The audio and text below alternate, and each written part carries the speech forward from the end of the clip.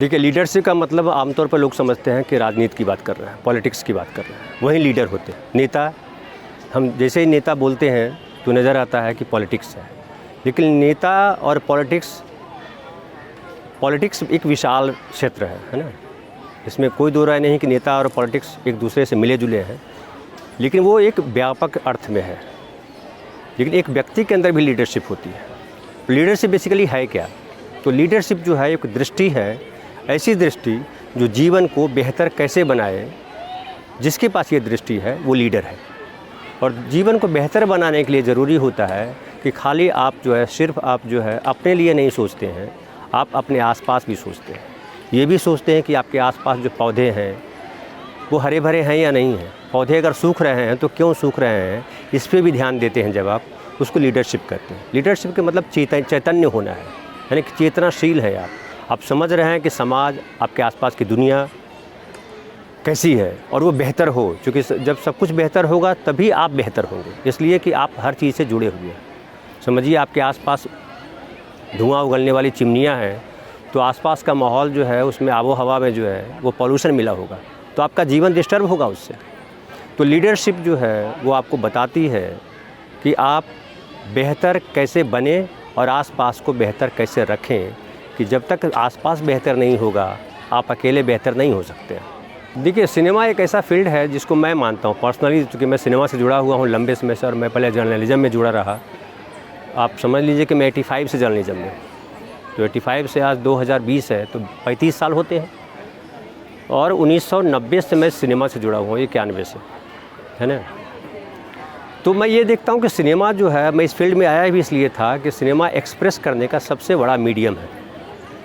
आप एक्सप्रेस करने का मतलब क्या होता है कि आप अपनी बात, अपने विचार, अपनी दृष्टि दूसरों तक पहुंचाना चाहते हैं। और सिनेमा से बड़ा मीडियम इसलिए नहीं है कोई दूसरा कि अखबार में समझिए आप लिखते हैं तो अखबार में शब्द आपके जाते तो हैं, लेकिन शब्द जो है वो दृश्य में बदलते हैं पढ़ने वालों के समझ के अनुसार। लेकिन सिनेमा एक ऐसी विधा है जहाँ दृश्य भी आप बना के देते हैं, जो आप चाहते हैं वो दिखाते हैं। कि जैसे मनमोहन देसाई जो बड़े डायरेक्टर थे हिंदी सिनेमा के, उन्होंने बड़ी एक अच्छी बात कही थी और शायद इसलिए वो सुपरहिट थे। वो उन्होंने कहा था कि जब कोई सिनेमा हॉल में दर्शक आता है तो अंधेरा कर दिया जाता है और एक प्रकाश जो आता है वो स्क्रीन पे लाइट आता है और वहाँ एक दुनिया दिखती है और उस दुनिया में वो मिल जाता है, घुस जाता है। और उसके कैरेक्टर अगर रोते हैं तो ये रोने लगता है। बाहर बैठा हुआ आदमी वो जानता है कि नकली है, नाटक है, फिर भी वो रोता है। उसमें कोई हंसी की बात होती तो हंसता है। तो ये जो बाहर जो किरदार बैठे हैं वो नकली किरदार के साथ इतना अटैच हो जाते हैं। तो सिनेमा में सोचिए कितनी ताकत है कि नकली किरदारों के साथ भी अगर आप जुड़ जाते हैं तो अगर वहाँ असली किरदार आ जाएं तो क्या हो जाए। तो जो आज जो 2021 के सिनेमा की बात कर रहे हैं, तो ये सिनेमा में बदलाव तो आया है कि आज जो है इंटरनेशनल सिनेमा हुआ है और सिनेमा में आज समझिए एक्टिंग की बात करें, राइटिंग की भी इवन बात करें, सब्जेक्ट की बात करें, तो आज से 15 साल पहले जो सिनेमा था वो आज नहीं है। 15 साल पहले तक गानों की बड़ी भूमिका होती थी कि आप फिल्म देखने जाते थे तो 15 मिनट 20 मिनट के बाद एक गाना आ जाता था। और दृश्य जो इस तरह के होते थे कि ये लगता था कि एक जो समाज जो है जहाँ डायलॉग चल रहे हैं वो अलग दुनिया है, जहाँ कहानी चल रही है गाने मतलब एक अलग दुनिया आ जाती थी। लेकिन आज के सिनेमा में गाने गौन हो गए हैं। वो जो सीन चल रहा है वो इंटेंस बनाया जाता है और उसमें मसाले कम होते हैं। उसी सब्जेक्ट को लेकर के आगे बढ़ा जाता है कि समझिए एक अगर कोई सोशल स्टोरी है, टेंशन वाली है, या समझिए कि आर्टिकल 15 जैसे जो फिल्म आई, तो उसका एक जो सब्जेक्ट है कि भाई स्त्री की बात कर रहा है, फलाना की बात कर रहा है, तो उसी पे पूरी चर्चा है। तो ये जो सिनेमा की दृष्टि बदली है और ये खुशी की बात है कि सिनेमा में ऐसे लोग अभी हैं जो सोसाइटी में बदलाव चाहते हैं। तो एक तरह से समझिए वो भी लीडर हैं। लीडर खाली दिल्ली में नहीं बैठता है, बॉम्बे में भी कैमरे के, आप समझिए आप कैमरे के उस तरफ बैठे हैं तो आप भी लीडर हैं, क्योंकि आपने चुना है कि इस व्यक्ति से बात करनी है और इस व्यक्ति से इस बिंदु पे बात करनी है। तो बियॉन्ड पॉलिटिक्स जो शेखर आप बता रहे हैं, तो बियॉन्ड पॉलिटिक्स जो लीडरशिप की बात कर रहे हैं वो यही है, लेकिन अब तय आप कर रहे हैं तो लीडर आप हैं।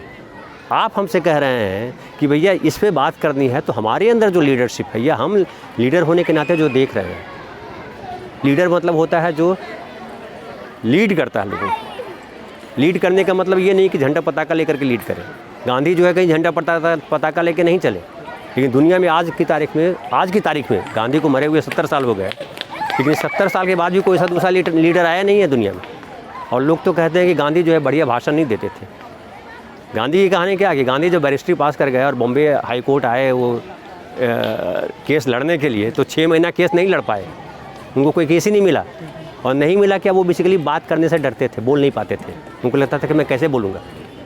और वो जब राजनीति में भी जब आए, देश को आज़ादी कराने, देश की आज़ादी में शामिल हुए, तो भी बहुत बड़े वक्ता नहीं थे। जिससे आज कहते हैं ना कि मोदी जी बहुत बड़े वक्ता है या फलाना वाजपेयी जी बहुत बड़े वक्ता थे, गांधी बिल्कुल वक्ता नहीं था। लेकिन गांधी जितना बड़ा नेता था, उतना बड़ा नेता आज तक कोई हुआ नहीं। विज़न और आइडियोलॉजी। एग्जैक्टली।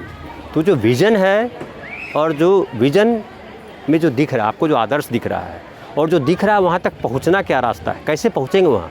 समझिए, ये तो सबको दिखता है कि बढ़िया सोसाइटी होनी चाहिए, हर कोई बोलता है कि सोसाइटी अच्छी होनी चाहिए, है ना, दहेज ख़त्म हो जाना चाहिए, ये मर्डर ख़त्म हो जाने चाहिए, अपराध ख़त्म हो जाना चाहिए। लेकिन कैसे पे बात नहीं करते हैं। क्यों नहीं बात करते? क्योंकि आपके पास विज़न नहीं है। जब आप कैसे कहते हैं तो कैसे में आपको भी शामिल होना पड़ता है। बिना आपके शामिल हुए वो कैसे रास्ता नहीं निकलता है।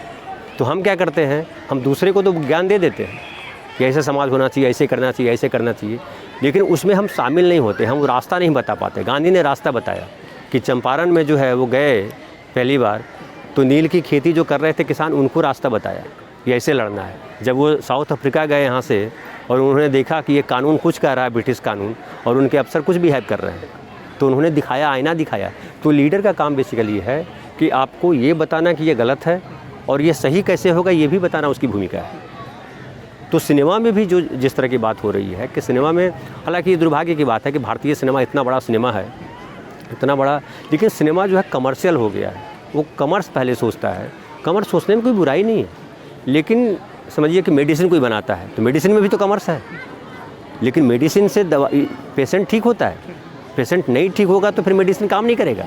तो कमर्स ज़रूरी है, लेकिन उस कमर्स से आपको जो प्रोडक्ट दे रहे हैं वो प्रोडक्ट व्यक्ति को सोचने पे विवश करता है या नहीं करता है, क्या उसको कुछ देता है, या आपने उनसे 300 रुपये लिए और खिलखिला करके चले गए, कहानी खत्म हो गई, फ्रेश हो गए।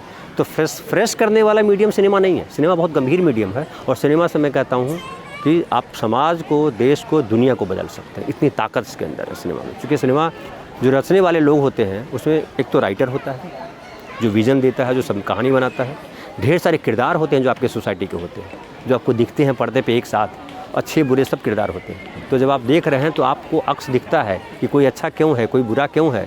फिर एक डायरेक्टर होता है जो अपना विज़न देता है, फिर उसमें जो है कैमरामैन लगता है जो एक विज़न देता है, जो सौंदर्य को बताता है। लीडरशिप में सौंदर्य भी एक इम्पॉर्टेंट विषय है कि अगर आप सौंदर्य को माइनस कर देंगे तो सिनेमा नहीं बन पाएगा। जीवन में बिना सौंदर्य के जीवन है क्या? ये गार्डन क्यों आपने चुना, उसको क्यों नहीं चुना? क्योंकि ये गार्डन जो है सौंदर्य है, इसमें ये सुंदर दिखता है। यहाँ पे एक सवाल बनता है, जब कॉमर्स का जिक्र करते हैं और उसी के साथ जब सिनेमा का जिक्र करते हैं, कॉमर्स जरूरी है जैसा कि आपने कहा, लेकिन सबसे बड़ा सवाल है कि जब 2021 का जिक्र करते हैं तो क्या हमारे इस देश में ऐसे भी उदाहरण हैं जिसकी कंटेंट दमदार थी, जिसके मैसेज दमदार थे और जिसने बिजनेस भी ज़बरदस्त कमाया फिल्मों में? अब समझिए आर्ट एंड 15 की बात, आर्ट एंड 15 ही नाम था ना फिल्म का। आर्ट एंड 15 भी जो है वो बड़ी अच्छी फिल्म थी और उसने बिजनेस भी ठीक ठाक किया। अब ये क्या होता है कि हमारा देश जो है ना, वो एक ढेर सारे विचार, ढेर किस्म के लोग हैं, बहुत मूर्ख किस्म के भी लोग हैं और पढ़े लिखे भी लोग हैं। लेकिन हमारे समाज में क्या है, समझिए कि संविधान में जो है ये लिखा हुआ वी द पीपल, हम भारत के लोग, उसमें ये लिखा हुआ है कि स्त्री पुरुष सब बराबर है। ये लिखा हुआ है, 70 साल पहले लिखा गया, ये दृष्टि थी नेताओं की। लेकिन आप देखिए कि अभी सुप्रीम कोर्ट के जो चीफ जस्टिस क्या बोलते हैं कि महिला क्यों आ गई आंदोलन में, आंदोलनों से बाहर कीजिए महिलाओं को। क्यों भाई, महिला भी इस देश की नागरिक है, महिलाओं को भी उतना ही अधिकार है बोलने का। तो ये जो है सिनेमा इसको नहीं बदल पा रहा है, और नहीं बदलने की एक बड़ी वजह है कि हमारे समाज में पढ़े लिखे लोगों की संख्या बहुत कम है। समझिए लिटरेसी रेट अगर देखिए तो 60% लोग जो है लिटरेट मतलब उनको अपना नाम लिखना आता है, और पढ़े जिसको कहते हैं। और यहाँ पर ज़्यादातर लोग पढ़ते हैं, वो क्या करते हैं, पढ़ के नौकरी करते हैं, नौकरी करने के बाद पहला काम करते हैं किताब फेंकाते हैं। लेकिन जब आप चैतन्य कब रहेंगे, जब डेली अपडेट रहेंगे सोसाइटी में कहाँ क्या हो रहा है, बेहतर क्या हो रहा है उसके, तो हमको यहाँ बेहतर नहीं खोजना होता है, हमें ये खोजना होता है कि मैं बेहतर कैसे बन जाऊँ। कि आप जो जैसे वेस्टर्न कल्चर और इंडियन कल्चर में क्या फ़र्क मानते हैं, तो मानते हैं कि वेस्टर्न कल्चर जो है भौतिकवाद है, उपभोक्तावाद है, और इंडियन कल्चर क्या है, तो इंडियन कल्चर अध्यात्मवाद है कि वो जीवन कहता है कि बाहर मत खोजो, जीवन तुम्हारे भीतर है, भीतर से ही रास्ता जाता है जहाँ तक तुमको पहुँचना है। वो बोलता है कि सुख भोगो। लेकिन आज आप देखिए भारतीय समाज क्या हो गया, पूरा का पूरा उपभोक्तावादी है। किसी भी से पूछिए वो अंबानी बनना चाहता है, गांधी कोई नहीं बनना चाहता, भगत सिंह कोई बनना चाहता है, नहीं बनना चाहता। तो अब ये समझिए, इस बात को समझिए कि जब गांधी और भगत सिंह नहीं बनना चाहता कोई, तो सिनेमा कैसे बनाएगा वो? सिनेमा में चूँकि समाज ही नहीं है आपका वो समझने वाला, समाज को नहीं बनना है, वो लीडरशिप नहीं चाहिए समाज को, सदा समाज को चाहिए एक ऐसा बनिया चाहिए जो उसको मंथली सैलरी दे। हमारे देश के लोग समझिए इतने बड़ा कोरोना काल में समझिए लोग सड़कों पे उतरे, मजदूर लोग गए, अपने गांव गए, इतना बड़ा लाखों लोग गए, लेकिन वो लाखों लोग में से कहीं कोई आंदोलन नहीं हुआ। दुर्भाग्य की बात है। पुलिस ने लाठी मारी, खुद ने किया। तो वो जो समाज हमारा है ना, वो बड़ा जड़ समाज हो गया है। और इसकी बड़ी वजह ये भी है, सिनेमा वो रोल नहीं कर पा रहा है, क्योंकि सिनेमा को हमने ये समझ लिया है कि सिनेमा इंटरटेनमेंट का मीडियम है। हमारे बड़े बड़े जो फिल्म मेकर हैं, जो राइटर हैं, वो भी यही मानते हैं कि सिनेमा जो है वो एंटरटेनमेंट का मीडियम है। मैं बोलता हूँ सिनेमा एंटरटेनमेंट का मीडियम नहीं है, सिनेमा जो है कम्युनिकेशन का मीडियम है। सिनेमा जो है अपनी बात दूसरों तक बड़ी ताकत के साथ पहुंचाने का मीडियम है। और अपनी बात से मतलब क्या होता है? मन की बात नहीं, अपनी बात से मतलब होता है जो बात अपनी सबकी लगे, सबकी बात हो जाए वो, है ना। तो वो लीडरशिप वही है जो सबका हो। गांधी आज मर गए नहीं है, 70 साल हो गए, लेकिन गांधी आज भी उस पद पे लोग चल रहे हैं। सबसे बड़ा मैसेज मुझे लगता है, एक सवाल यहाँ पे और लेते हैं। जिस तरह से जब समाज का जिक्र करते हैं, देश का जिक्र करते हैं, तो हम लोकतंत्र को भूल नहीं सकते हैं। और जब लोकतंत्र का जिक्र होता है तो हम दिल्ली सबसे पहले चलते हैं। तमाम नेता लोग बैठे हैं, मंत्रालय वहाँ पे है, सिनेमा भी किसी न किसी मंत्रालय में है, सूचना एवं प्रसारण मंत्रालय। लेकिन सवाल ये है कि लोकतंत्र के नज़रिया से, नागरिक के नज़रिया से, क्या मंत्रालय आज अपने व्यूअर्स के पॉइंट ऑफ व्यू से कुछ चीज़ें मिस कर रही है? क्योंकि देखिए, आयोजन सिर्फ कर देना ये सोल्यूशन नहीं हो सकता है, लेकिन सबसे महत्वपूर्ण है कि जिस तरह के समाज की जो स्थिति बन रही है, क्या मंत्रालय को करवट लेने की ज़रूरत है इस 2021 में? खाली सूचना प्रसारण मंत्रालय नहीं है, समझिए इसको। और मैं थोड़ा सा ऊपर करता हूँ कि जो हमारा जो अभी सुप्रीम कोर्ट की मैंने बात की ना, सुप्रीम कोर्ट के चीफ जस्टिस ने क्या कहा कि औरतों की भूमिका नहीं है। तो कैसे संवैधानिक पद पे है आप? कि आप संविधान को नहीं मान रहे हैं? ठीक वैसे जब आप लोकतंत्र की बात हैं, वी द पीपल बोलते हैं, तो पीपल महत्वपूर्ण हो जाते हैं, लोग महत्वपूर्ण हो जाते हैं। लेकिन आप कर क्या रहे हैं? आप तंत्र को महत्वपूर्ण बना रहे हैं, लोग महत्वपूर्ण नहीं रहता है। तो लोग महत्वपूर्ण होने के लिए ज़रूरी है कि आप सेंसर पे जो सेंसर बोर्ड लगाया हुआ है, सेंसर हटाइए। लेकिन सेंसर हटाने को तैयार नहीं है। अभी देखिए तांडव पे हंगामा मचा हुआ है कि धर्म के खिलाफ बोल दिया। अरे धर्म क्या आपने बनाया है? आपका बनाया हुआ खाली धर्म है। धर्म तो पता नहीं कितनी पीढ़ियों से चला आ रही है, कोई भी चीज़ चली आ रही है। और कोई एक व्यक्ति का योगदान नहीं, उसमें ढेर सारे लोगों का योगदान है। उसमें वो भी योगदान है जो आपको आकर के मंदिर में या मस्जिद में या कहीं भी जो है सर झुकाने आता है, चर्च में, उसका भी योगदान है। लेकिन आप क्या करते हो? आप समझिए कि आप एक तरफ बोलते हो कि भगवान की मर्जी के बिना कुछ होता नहीं है। सारे धर्म पर यही बोलते हैं कि सर्वोपरि है वो, वही हम लोगों को रचा है। तो जब वही रचा है हम लोगों को, तो आप उसको रचने के लिए क्यों बैठे हुए? आप में इतनी काबिलियत है क्या कि आप उसको रचो? आप में इतनी काबिलियत है कि आप उसको बचाओ? जो कभी मरता नहीं है उसको बचाने के लिए क्यों संघर्ष कर रहे हैं? तुम तो उसको बचाने के लिए संघर्ष करो ना, जिसको उसने जन्म दिया है, जो मर जाता है, भूख से मर जाता है, गरीबी से मर जाता है, बीमारी से मर जाता है। उसको बचाने में उनकी एनर्जी नहीं लगती। एनर्जी कहाँ है कि वो जो है बचाने चले गए हैं वहाँ। तो ये समस्या है। मेरा अगला सवाल है, जब सिनेमा का जिक्र करेंगे तो दर्शक को हमें लगता है कि सबसे सामने रखने की ज़रूरत है। समाज में अगर सिनेमा कोई ख़राब है तो प्रोटेस्ट भी हमें देखने को मिलती है, लेकिन प्रोटेस्ट तब देखने को मिलती है जब धर्म का कोई एंगल आता है। उसके बगैर मुझे नहीं लगता कि कोई कंटेंट पे अपनी प्रतिक्रिया नहीं। आप देखिए समाज में देखिए कि धर्म हो और जाति हो, ये दोनों पे बड़ा जल्दी रिएक्ट करते हैं वो। लेकिन कोई बगल में, उनके बगल में कोई आदमी मर रहा है, उस पर रिएक्ट नहीं करते हैं। कोई आदमी, उनके पड़ोसी जो है वो इलाज नहीं करा पा रहा है, उसके लिए रिएक्ट नहीं करते हैं। पुलिस वाला उसको पकड़ के ले जाएगा, बदमाशी कर रहा है तो रिएक्ट नहीं करेंगे, है ना। लेकिन जहाँ से उनका कोई लेना देना नहीं है वहाँ रिएक्ट करते हो। यही ये माइंडसेट तैयार किया कि अगर सिनेमा सामने है और दर्शक सामने है तो दर्शक आखिर प्रोटेस्ट करे तो कैसे करे, और दर्शकों को क्या सीखने की जरूरत है? नहीं, देखिए दर्शक जो है वो संगठित नहीं है। दर्शक जो है, समझिए मैं IAS ऑफिसर हूँ, मैं भी दर्शक हूँ। कोई आदमी जो है कर्मचारी है वो भी दर्शक है, कोई आदमी बेरोजगार है वो भी दर्शक है। तो एक जो संगठन, जिस समझिए पॉलिटिकल, ये कौन हंगामा करते हैं? धर्म को लेकर के या राजनीति को लेकर के या किसी विषय को लेकर वो हंगामा करने वाले कौन लोग होते हैं? सारे पॉलिटिकल हैं। पॉलिटिकल लोग कुछ वो एक जत्था तैयार किया गया हर जगह, जो 25 लोग होते हैं, 40 लोग होते हैं, उससे ज़्यादा लोग नहीं होते, है ना। आज वो किसान आंदोलन चल रहा है, उसके सामने क्यों गुम है, सब गुम है ना। अभी कोई पुलिस वाला भी डंडा नहीं चला पा रहा है, लेकिन मजदूर जब जा रहे थे लाखों की संख्या में, तो पुलिस वाले डंडा भी चला रहे थे। क्यों? उनको मालूम है ये मारेगा नहीं पलट करके। किसान जो वहाँ बैठे हुए हैं वो गरीब नहीं है, मजदूर नहीं है, उसके पास 2 साल का खाना है, तो उससे डर रहे हैं लोग, उनको लग रहा है कि ये मारेगा भी। तो ये हमारे समाज में बना दिया गया है कि आप जो है, जो कमज़ोर आपको है उसको आप सताएं, और जो आपसे मजबूत है उसके सामने सर झुकाएं। ये हमारे समाज का रूटीन है। मैं मुझसे जो कमज़ोर है उसको मैं डराऊंगा, उसको मारूंगा, जो मुझसे ताकतवर है उसके सामने उनका तलवा चाटूंगा। ये हमारा कल्चर बन गया है और ये सबसे दुखद है। लेकिन मैं एक पर्सपेक्टिव यहाँ रखना चाहूँगा। जब टेलीविज़न का जिक्र होगा और न्यूज़ का जिक्र होगा तो रवीश कुमार साहब ने साफ कहा कि आप टेलीविज़न देखना बंद कर दीजिए। सवाल ये है कि दर्शकों को क्या लेसन दिया जाए सर? देखिए, दर्शक कोई लेसन लेने को तैयार नहीं है, ठीक है, क्योंकि इस देश में हर व्यक्ति ज्ञान से भरा हुआ है। उसको ज्ञान की ज़रूरत नहीं है, उसको पैसे चाहिए खाली। तो जब आपके दिमाग में पैसे घुस जाते हैं ना, पैसे कैसे आएंगे वो नहीं मालूम उनको है। जैसे गांधी को कहा था कि आज़ादी चाहिए, तो आज़ादी कैसे चाहिए वो भी उनको ज्ञान था कि आज़ादी इस रास्ते मिलेगी। हमको तलवार किसी को नहीं मारना है, हमको किसी को लाठी नहीं मारनी है, हमें उसको आईना दिखाना है कि आपने जो कानून बनाया है वो सही नहीं है हमारे लिए, या आप जो बिहेव कर रहे हैं वो सही नहीं कर रहे हैं। तो आपके अंदर जो इंसानियत है, क्योंकि सामने वाले के अंदर भी इंसान है, उसको जगाना था। एक सवाल और यहाँ पे ले लेते हैं। मान लीजिए कोई फिल्म बना, कोई बड़े डायरेक्टर और प्रोड्यूसर उसमें लिप्त है, आपको अगर वो फिल्म का कंटेंट पसंद नहीं आता है तो नॉर्मली आपका क्या रिएक्शन होता है? अगर इन्वॉल्व करना है देखिए, कोई भी व्यक्ति जो फिल्म बना रहा है तो अपने पैसे से बना रहा है, ठीक है। अब है कि जो फिल्म उसने बनाया है वो क्या हमको चीट किया? कहा था उसने कि हम जो है बड़ी अच्छी सोशल फिल्म बना रहे हैं, लेकिन क्या वो सोशल फिल्म नहीं बनाया, बड़ी चौपट फिल्म बना दी। तो यहाँ ऐसी तो कोई व्यवस्था है नहीं कि आप उसमें फ़ाइन मारिएगा, पुलिस में केस कीजिएगा, आप उनकी फिल्म अगली बार नहीं देखिएगा कि भाई ये बेकार फिल्म बनाता है, ये नहीं देखना इसकी फिल्म, इसके आगे कुछ नहीं कर सकते आप।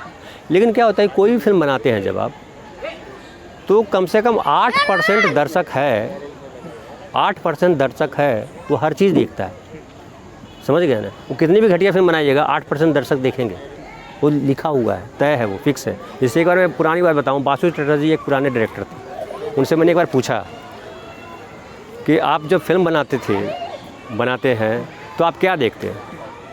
दर्शक टारगेट ऑडियंस देखते हैं? बोला नहीं, मैं कुछ नहीं देखता हूँ। तो बोला कैसे करते हैं? बोला जो मुझे कहानी पसंद है बना देता हूँ। तो ये उन्होंने क्यों कहा? क्योंकि आपको जो पसंद है 100 आदमी में से 7 आदमी और हैं जिनको पसंद है वो चीज़। ऐसा नहीं खाली आप ही कोई चीज़ को पसंद कर रहे हैं। तो मिनिमम जो एक दर्शक वर्ग है वो है हर सबका, वो चाहे पूर्ण बनाए, सोशल बनाए, पॉलिटिकल बनाए। अब ये क्या होता है कि जो हम जब सिनेमा देख रहे होते हैं उसमें वो टारगेट ऑडियंस तय करता है कि मिडिल क्लास देखेगा, लोअर क्लास देखेगा, है ना। तो लोअर क्लास में वो कास्ट फैक्टर भी गौन कर जाता है, वो धर्म का फैक्टर गौन कर जाता है। लोअर क्लास की जो सामाजिक उसका जो संघर्ष है, या मिडिल क्लास का जो सामाजिक संघर्ष है, या अपर क्लास का जो संघर्ष है वो दिखाता है। तो उसमें अपर क्लास सारे जुड़ जाते हैं या लोअर क्लास सारे जुड़ जाते हैं। कि समझिए कि हिंदी फिल्में जब ये हो गई, ग्लोबल हो गई, तो रीजनल फिल्मों को मौका मिला। भोजपुरी फिल्में बहुत बनने लगी ना। क्यों बनने लगी? क्योंकि जो गांव में छूट गई आबादी है उसको वो इंग्लिश समझ में नहीं आती, तो उसको भोजपुरी अच्छी लगती है। मैं बताऊँ, एक फिल्म हमने की थी, डायरेक्ट की थी, वो उसका कर्नाटक का आदमी भोजपुरी फिल्म देख रहा था। मैंने कहा आप क्या कर रहे हैं, क्यों देख रहे हैं? बोले गांव दिखता है सर। तो आप समझो इस बात को कि जो हिंदी सिनेमा आपका है उसमें गांव ख़त्म हो गया है। जो टेलीविज़न, जो रवीश ने कहा कि टेलीविज़न मत देखिए, टेलीविज़न से लोग ख़त्म कर दिया गया है। आम आदमी की बात नहीं करता है। कहाँ बेरोज़गार कितने इतने। अब समझिए कि मैं जब पढ़ रहा था, ये मैं 83 की बात कर रहा हूँ, 83 में 2 लाख लड़के जो है मैट्रिक पास करते थे, 10th पास करते थे। आज जो है 15 लाख बच्चे बिहार में खाली पास करते हैं मैट्रिक। तो देश भर में वो ऐसे ही बढ़ा होगा, 7 गुना मल्टीप्लाई कीजिए उसको। तब तो 40 करोड़ आबादी थी, देश जब आज़ाद हुआ था।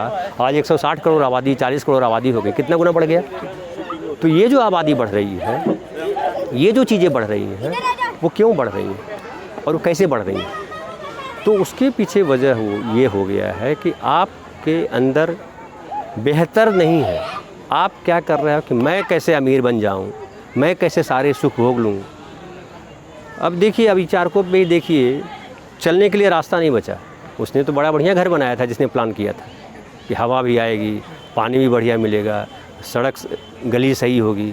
अब फुटपाथ का जो एरिया था जिसमें नाला बहता है उसको घेर के उन्होंने अपने पौधे लगा लिए, उनकी अपनी जगह हो गई। फिर उसके आगे उन्होंने गाड़ी पार्क कर दी, तो एक गाड़ी इधर पार्क हुई, एक गाड़ी उधर पार्क हुई। तो जब जिस देश में जनता ही ऐसी हो जाए तो वैसा ही तंत्र होगा जो आज है।